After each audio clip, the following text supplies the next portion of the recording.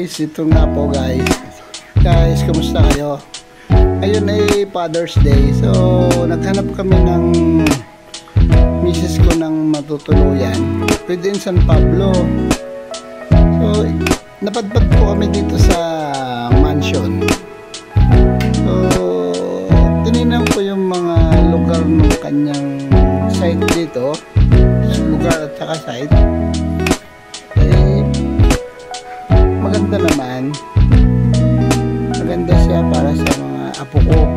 Tama ito. So, nagustuhan namin ni Mrs.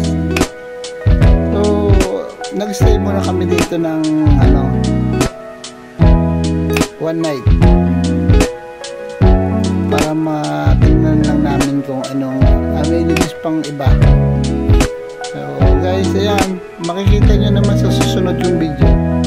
Sa part 2 kung saan kami natulog, nag-swimming, saka doon sa parting likuran yun, marami pang papasyalan.